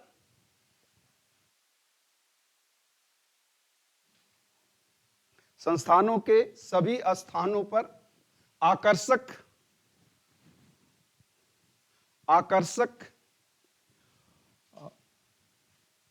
भाव प्रतीत होने से संस्थान के सभी स्थानों पर आकर्षक भाव प्रतीत होने से व्यक्ति के अंदर संस्थान के सभी स्थानों पर आकर्षक भाव प्रतीत होने से व्यक्ति के अंदर समयबद्धता,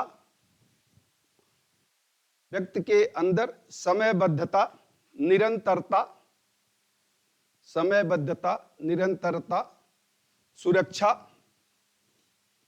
और जागरूकता का विकास होता है.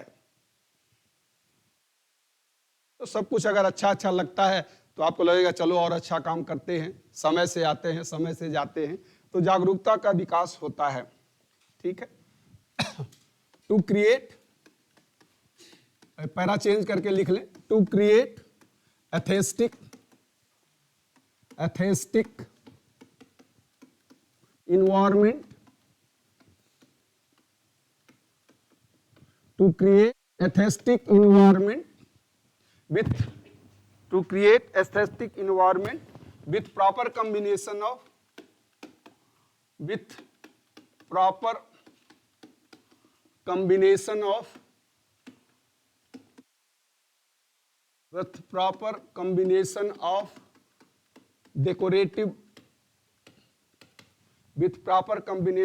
decorative color,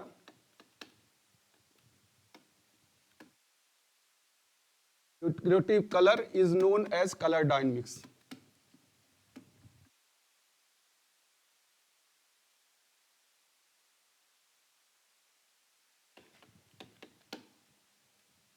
ये परिभाषा है इसकी. टू क्रिएट AESTHE, एस्थेटिक मतलब सौंदर्यमय. एस्थेटिक का मतलब होता है सौंदर्यमय.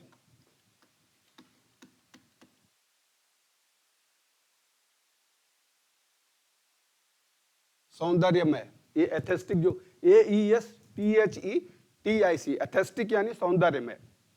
इन्वायरमेंट वातावरण. तो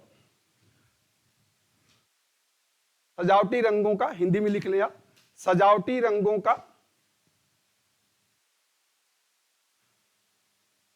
उचित उपयोग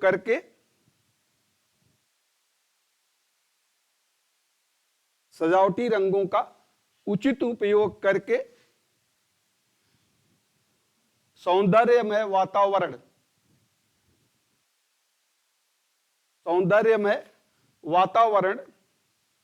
बनाने की प्रक्रिया को सौंदर्यमय वातावरण बनाने की प्रक्रिया को रंगों की गतिशीलता कहते हैं.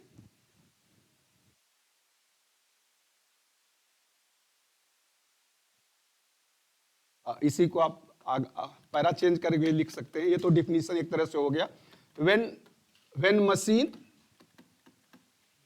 when machine equipments and other facility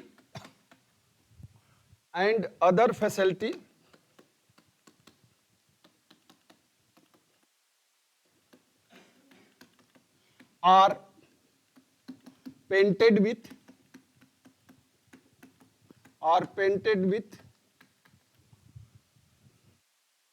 painted with appropriate color,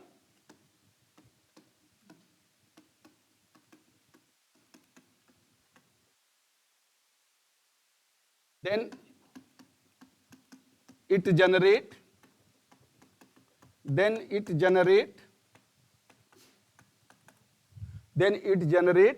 curiosity and motivation among trainees. Then it generate curiosity and motivation amongst trainee.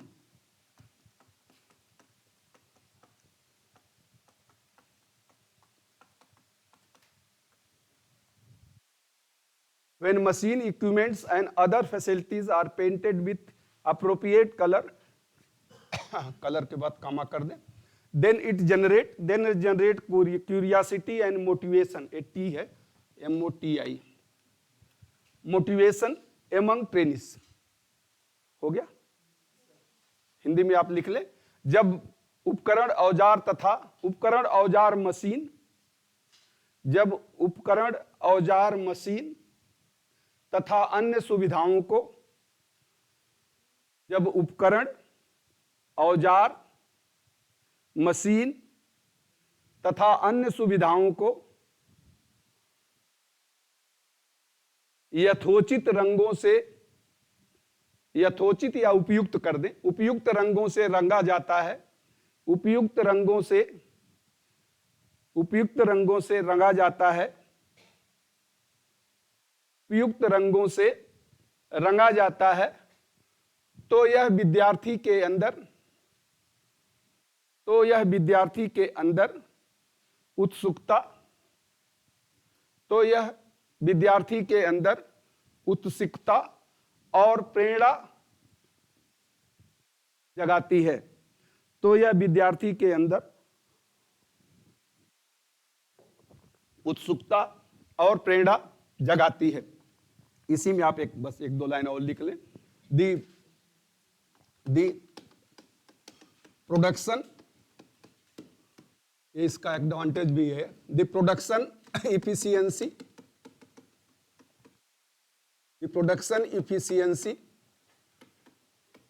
Working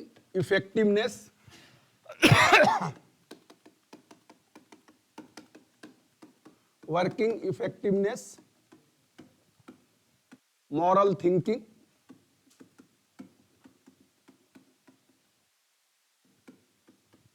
and personal belongings, and sense of personal belongings, and sense of personal belongings are enhanced, a G है, belongings are enhanced by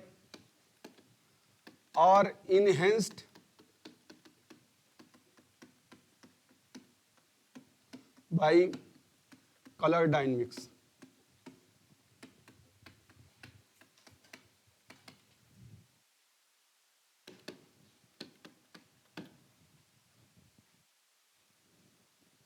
The production efficiency, working effectiveness, moral thinking, and sense of belongingness and sense of personal belongingness are enhanced by color dynamics.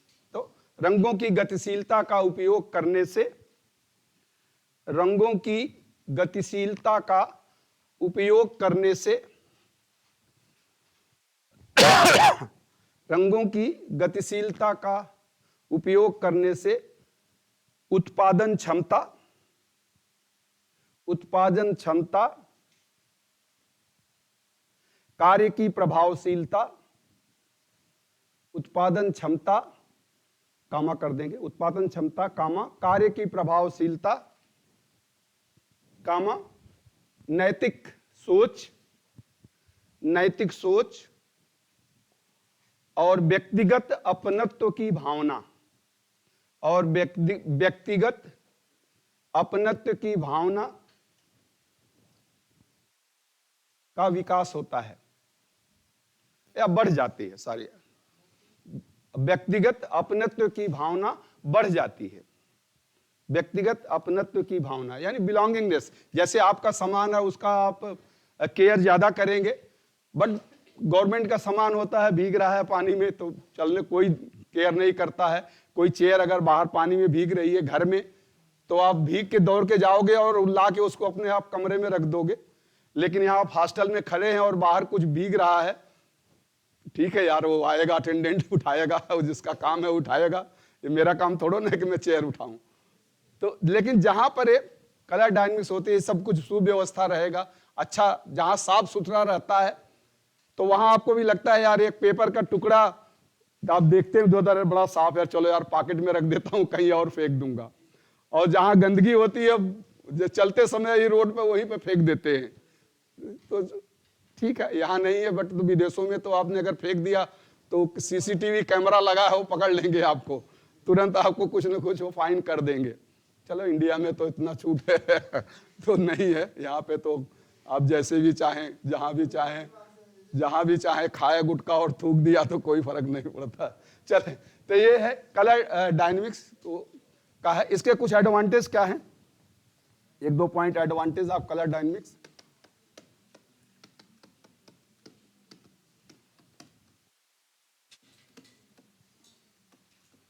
आज खत्म नहीं हो पाएगा colour dynamics लगता है नए साल में जाएगा एक साल बाद खत्म होगा, कोई बात नहीं। चलिए हम कहें कि 2 साल आप लोगों के साथ रहे एडवांटेज ऑफ कलर डायनेमिक्स मेरे लिए अच्छा है, मैं क्या करता, नहीं तो सोता रहता, इधर उधर चिट चैट करता, लोगों से बातें करता। अब आपसे बातें करता हूं तो कुछ सकारात्मक बातें यहाँ होती है ना, नहीं तो दूसरे से बैठ के बात करेंगे तो निरर्थक ही बातें होती है। कुछ तो 100% में से अगर आप 5% भी कुछ सीख लेंगे तो उतना मेरे लिए बहुत है चलिए, एडवांटेज ऑफ कलर डायनेमिक्स, पहला तो मैंने वही लिखाया था, इंक्रीज द प्रोडक्शन।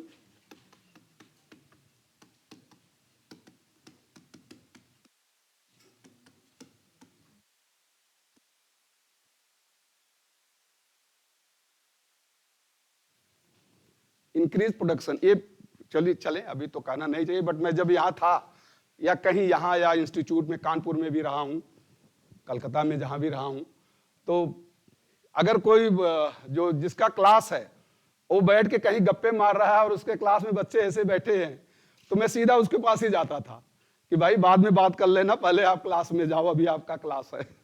तो काफी लोग मेरे से नाराज भी रहते थे कि यार डायरेक्टर तो कुछ बोलता नहीं, ये बोलते हुए फिरते हैं सबको तो चलिए, ये आदत हो जाती है आदमी की। इंक्रीज द प्रोडक्शन यानी उत्पादकता बढ़ जाती है, इंक्रीज द प्रोडक्शन, उत्पादकता बढ़ जाती है। restrict the habit of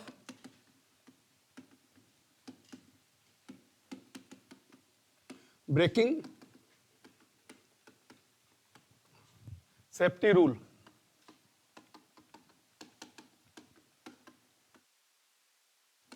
restrict the habit of breaking safety rule, restrict the habit of breaking safety rule यानी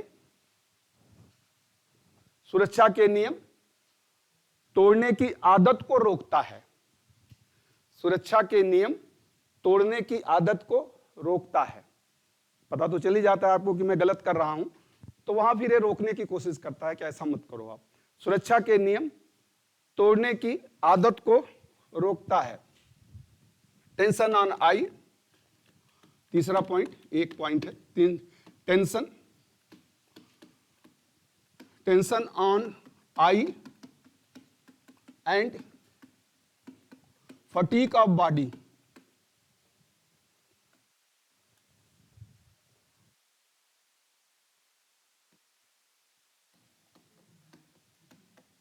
fatigue of body is reduced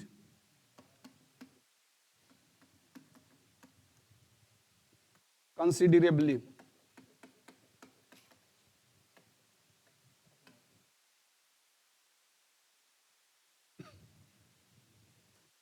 tension on I and fatigue of body is reduce considerably, यानी आंखों का तनाव और शरीर की थकावट, आंखों का तनाव और शरीर की थकावट को अधिकतर कम कर देता है। आंखों का तनाव और शरीर की थकावट को अधिकतर कम कर देता है। Create sense of pride, create sense of pride, sense of pride towards work।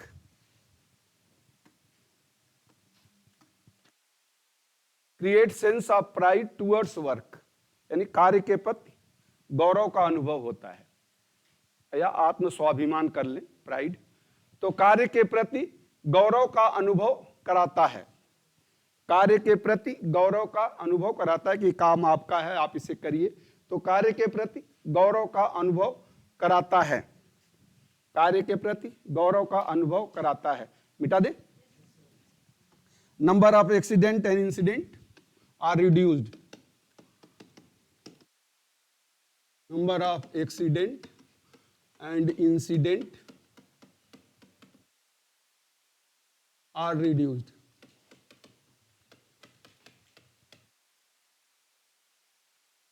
Number of accident and incidents are reduced, यानी घटना और दुर्घटनाओं की संख्या कम हो जाती है। संस्थान या उस वर्कशॉप में घटना या दुर्घटना की संख्या कम हो जाती है, घटना या दुर्घटना की संख्या कम हो जाती है। हाँ, वो तो उसी में है ना, प्राइड है ना। जब आपका कार्य के प्रति आपको गौरव महसूस करेंगे तो ध्यान से आप काम करेंगे, तो कर सकते हैं, वो भी पॉइंट लिख सकते हैं, कोई बात नहीं। हाँ, आप कुछ कर रहे थे। हाँ, मन तो लगेगा ही जब आप गौरव हुआ। तो चलिए दोनों आप लिख लीजिए। तो इंक्रीज, कोई बात नहीं यार, आप तो बहुमत का जमाना, जो आप कहोगे वही लिख देंगे यार। Increase the attentiveness, increase the attentiveness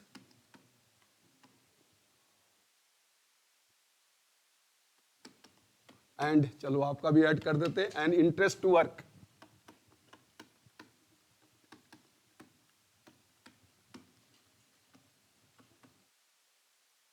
Color provides certain color provide certain signals।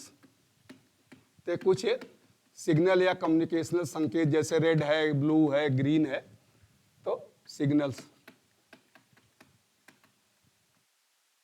तो कलर से अनेक प्रकार के संकेत भी मिलते हैं। रेड है तो मतलब डेंजर है, ग्रीन है तो ठीक है जाइए, येलो है तो वेट करिए। तो increase the attentiveness and interest to work, यानी ध्यान और कार्य करने में रुचि बढ़ाता है। इसका अगर आप लिखेंगे, ध्यान और कार्य करने में ध्यान और रुचि को बढ़ाता है। कलर प्रोवाइड सर्टेन सिग्नल्स, यानी अनेक प्रकार के संकेत भी कलर्स के द्वारा दिया जाता है। रंगों के द्वारा अनेक प्रकार के संकेत भी दिए जाते हैं, रंगों के द्वारा अनेक प्रकार के संकेत भी दिए जाते हैं।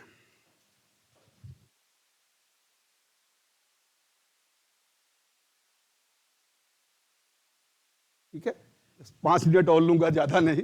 सब लोग बंद करने लगे कोई बात नहीं यार, 5 मिनट है, बस 5 मिनट और लूंगा, क्योंकि इसको आप लोग सोचते रहिए। अब नहीं 25 मिनट नहीं यार, वो तो फिर आपके साथ अन्याय होगा। वो तो मेरा एक अथॉरिटी हो जाएगी कि 25 मिनट है तुम्हें पूरा यूज करने को। तो मैं 1 घंटा यूज कर सकता हूं, मुझे दिक्कत नहीं है, बट 2 घंटे बैठना आपके लिए दिक्कत है। चलिए, कलर होता है जो आप देखें तो 3 तो हमारे बेसिक कलर होते हैं। जस्ट मैं ऐसे, फिर हम डिस्कस करेंगे। आरबी, ब्लू और ग्रीन या येलो।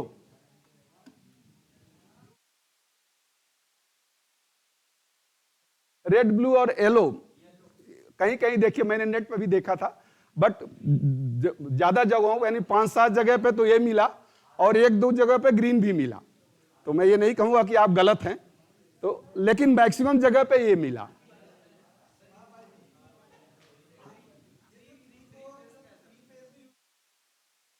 हाँ, RYG वो ठीक है, RYG उसमें जो कलर है, बट इसे हम कहते हैं रेड, ब्लू और येलो को बेसिक या primary colour, these are the primary colour. Primary colour यानी प्राथमिक कलर, प्राथमिक कलर जो दूसरे के जैसे मिक्स होके नहीं बनते हैं, जो दूसरों से मिक्स होके नहीं बनते हैं, मतलब हम प्राइमरी कलर कहते हैं।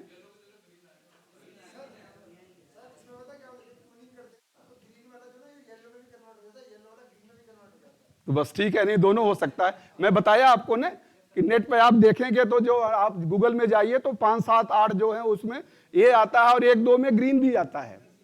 तो जहां मैंने देखा मेजोरिटी येलो का है, इसलिए मैं येलो कर रहा हूं, क्योंकि कहीं ना कहीं से देख के तो करना है। तो बस अच्छा, अब इसके बाद इनके कॉम्बिनेशन से जो कलर बनते हैं उन्हें सेकेंडरी कलर कहते हैं। यानी 3 को आप मिलाएंगे तो 3 कलर और बन जाएगा। इन तीनों को आप जैसे आप ब्लू और रेड को मिला देंगे तो वायलेट बन जाएगा,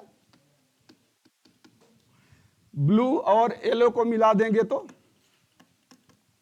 ग्रीन बन जाएगा, और रेड और वाई को मिला देंगे तो क्या बनेगा? ऑरेंज। तो इन तीनों कलर को हम कहते हैं सेकेंडरी। ये तो प्राथमिक कलर हो गए,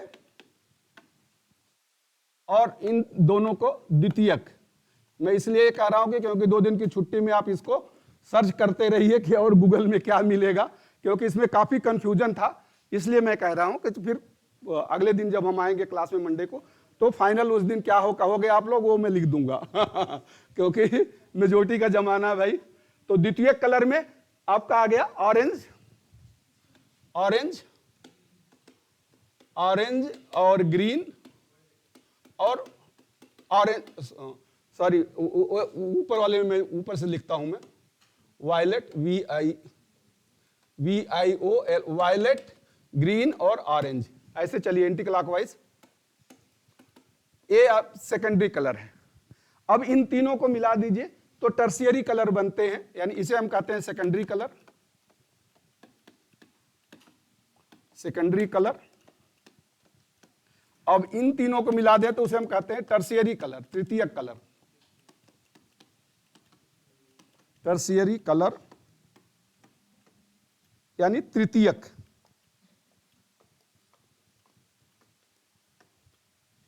तृतीयक रंग, और उसको फिर आगे मिला दें तो फिर आगे वो बनता ही जाता है।